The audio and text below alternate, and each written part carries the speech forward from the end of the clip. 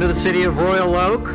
We're very grateful for each of you for being here today. A special thanks to Senator Chang and her colleagues for their efforts for tackling a problem that's plagued Michiganders for years.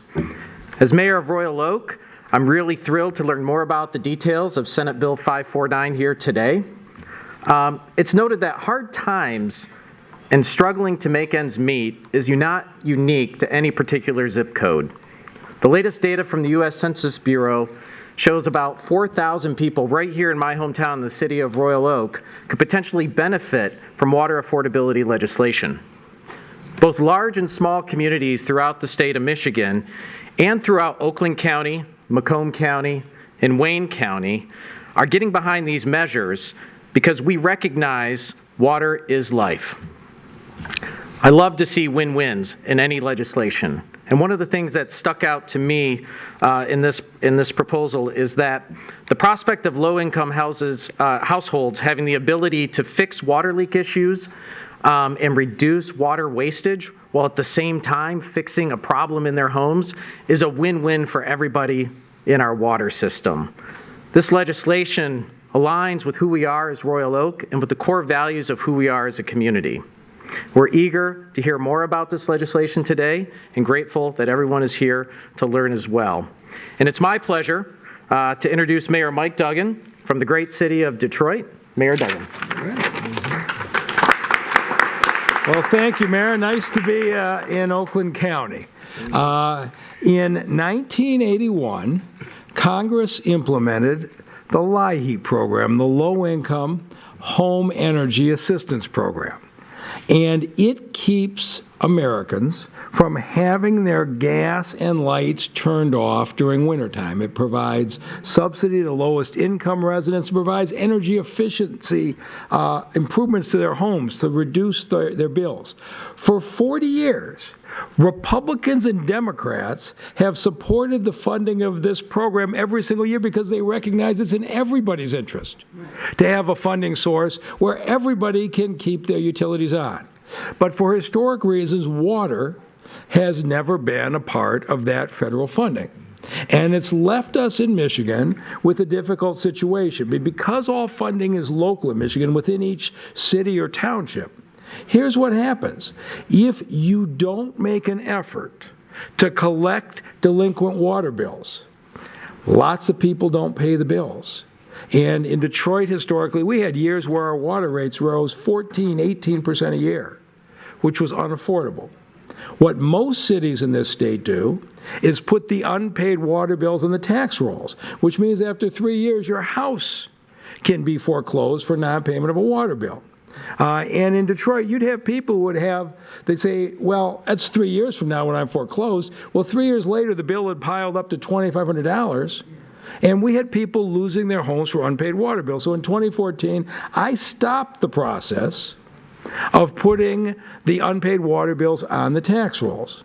Or your third choice is you can shut the water off when they first start to fall behind and try to create as many assistance programs as you can so that people of low income don't get their water shut off. And we've done that over the years with the WRAP programs. Here's what every mayor and city council member knows, is under the existing system today, no matter which of those choices you take, you are going to get criticized. If your rates go up because you don't collect the rates, people are going to say, oh my God, low-income people can't afford these big rate increases. If you put it on the tax rolls, people are going to say how terrible, you're going to take somebody's house away because they didn't pay their water bill.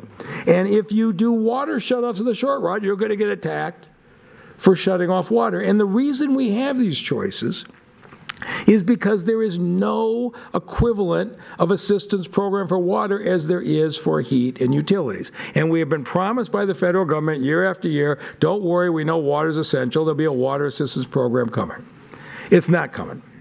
And this is why I am so impressed that Senator Stephanie Chang and her coalition of 60 members, including Sylvia Ordonez and the whole team, stepped in and said, okay, if Washington's not going to act, we're going to act. Now, in the city of Detroit, Gary Brown structured a great program now, what we call the $18 lifeline rate. If you're below poverty, you pay $18 a month. And if you're not, you pay your regular water bill, and everybody pays their share. That is working out pretty well, but the funding is short term. The problem is what happens when that funding runs out. And what this legislation says is, let's do this fairly. How about if everybody pays a little bit? $2 a month per meter goes into a fund, and we have a system in the state where people of low income pay a lower amount that they can afford. People who can't afford to pay that. It has bipartisan support on the heating and gas side nationally, and I am really pleased to see the coalition here of folks from Wayne, Oakland, Macomb, Washtenaw counties all pulling together to say it's the right thing for the state of Michigan. So, Senator, thank you for what you've done. And with that, I get a chance to introduce my partner, the Deputy County Executive of Wayne County, Assad Turfi. Thank you, Mayor. Thank you, Mayor Duggan. Thank you, Senator Stephanie Chang. This is definitely a step in the right direction and continuing in the right direction. They always say leaders go first, and this program here is definitely put together by leaders, and you see all the regional support behind me. I say leaders go first because this is the first program of its kind that's going to be a program, affordable water program for the entire state of Michigan. It's going to be cutting edge. It's the first of its kind nationally, correct, Senator? First of its kind nationally. And water affordability is essentially a human right. And creating programs to continue that idea, that thought process is going to benefit many people and many people in need. And essentially, this program supported strongly by County Executive Warren Evans. You see the strong support behind me, and we're continuing to get more support as we continue to move forward. But thank you, Senator. Thank you, Mayor. Thank you to everyone that came out today to support. Wayne County is definitely behind it and looking forward. And with that, I'll introduce our neighbors in Oakland County. We're here in his county, Dave Coulter. Yeah. Thank you, County Executive. Thank you. Thank you. You know, I was standing there, I thought about an old phrase that we used to say when we were kids. I'm getting older, so I don't know if the younger folks remember this, but we used to say, water, water everywhere, and not a drop to drink. Does anybody remember that phrase? I think it referenced being in the ocean where there was salt water and you were surrounded by water, but you couldn't drink it. But it reminds me that the same thing is potentially true today. We may be surrounded by water, but if you can't afford it or you don't have the infrastructure that's adequate to deliver it, then you don't have water to drink. And as my friend from Wayne County said, clean water, clean, affordable water is a basic right that all of our residents deserve to have. And I am thrilled that we're doing this here in Oakland County because sometimes these programs may be perceived as simply a means to help low-income residents, and certainly there's an important component to that. But even here in a county like Oakland County, almost a third of our residents have trouble meeting their basic household needs on a month-to-month basis. And if that can happen in Oakland County, it can happen across the state, and it is happening across the state. And so I echo the comments that this isn't just a Southeast Michigan issue. This isn't an Oakland, Macomb, Wayne issue.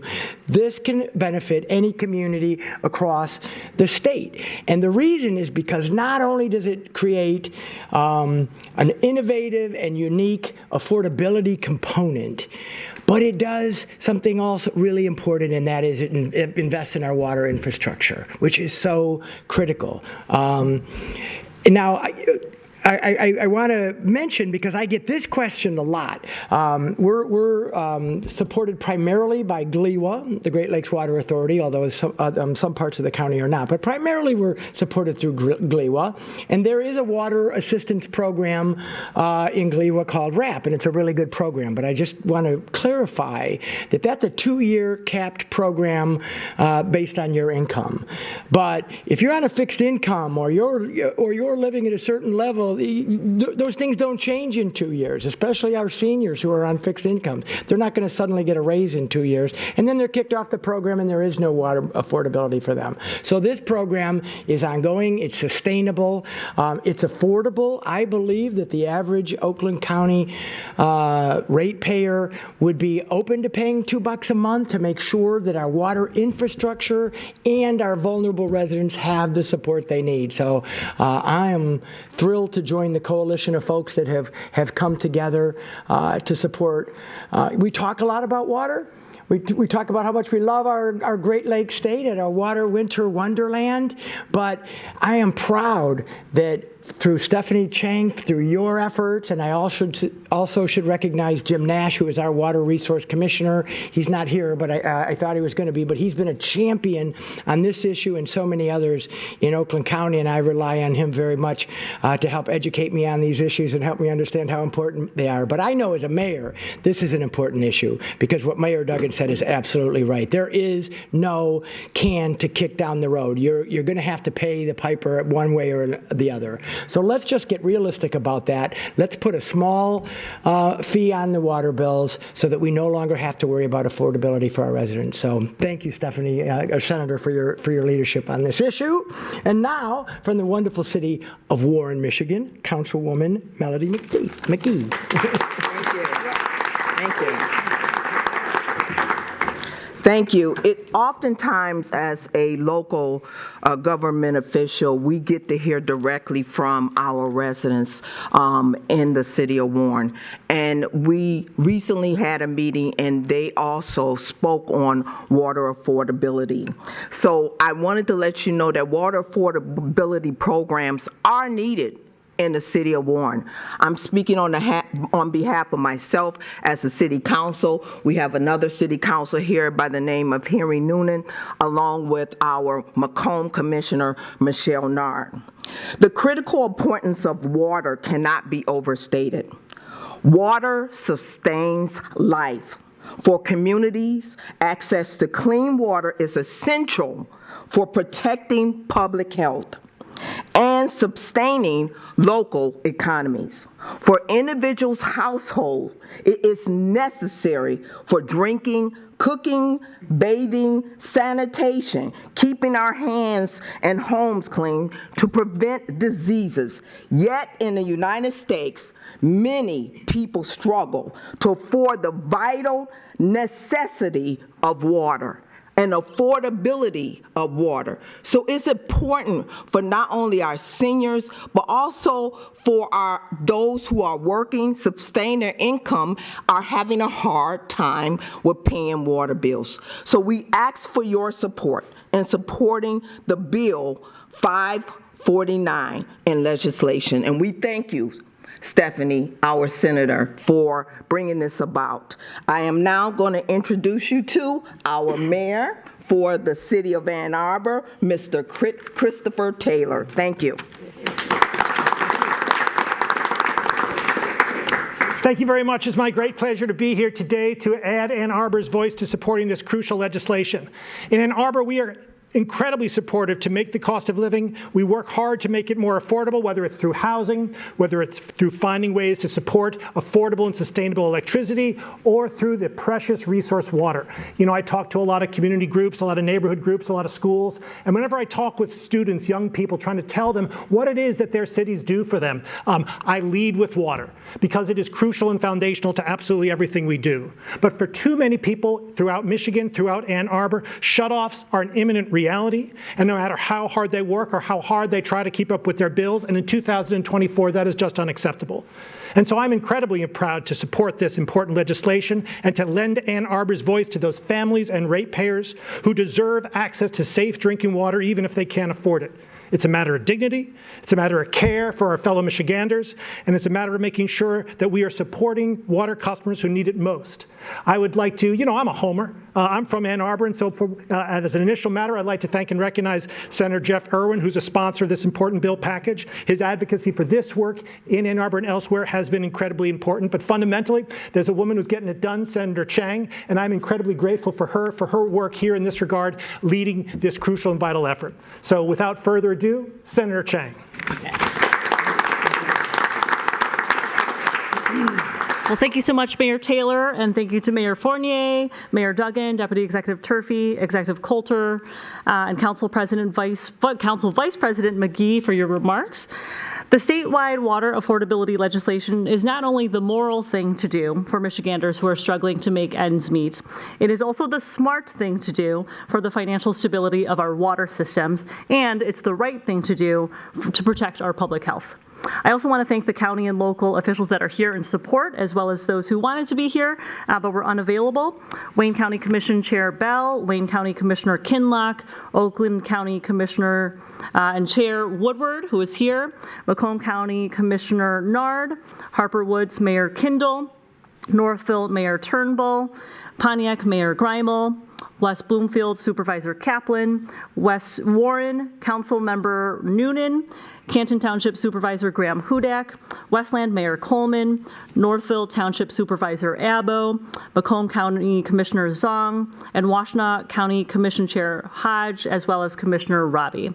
I'm really proud of the work that we have done over many, many months on this legislation to ensure water affordability for all Michiganders. And I'm also grateful to Representative McFall and Scott for being here today to lend their support. We are seeing more and more elected leaders, faith leaders, environmental leaders, community members across our region come together to show their support for water affordability.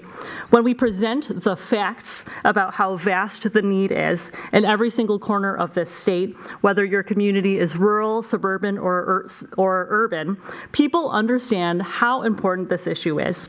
And when we present the facts about how the legislation will lower water bills for hundreds of thousands of Michiganders and actually help municipalities and residents through gap payments, paying down arrearages, and through plumbing repairs, people support this effort.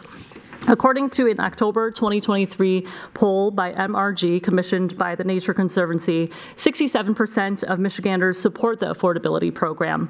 60% support the funding proposal compared to only 31% opposed, and 89% support the shutoff protections bill. Thank you also to Wayne County Commission for voting overwhelmingly in support of Commissioner Kinlock's resolution last week to support water affordability. And this week we are very excited to see the Oakland County Commission as well as the Washtenaw County Commission poised to vote on similar supportive resolutions. Southeast Michigan's elected leaders are standing with the majority of Michiganders who support our water affordability legislation, and we are going to work as hard as we can to get it done. Thank you.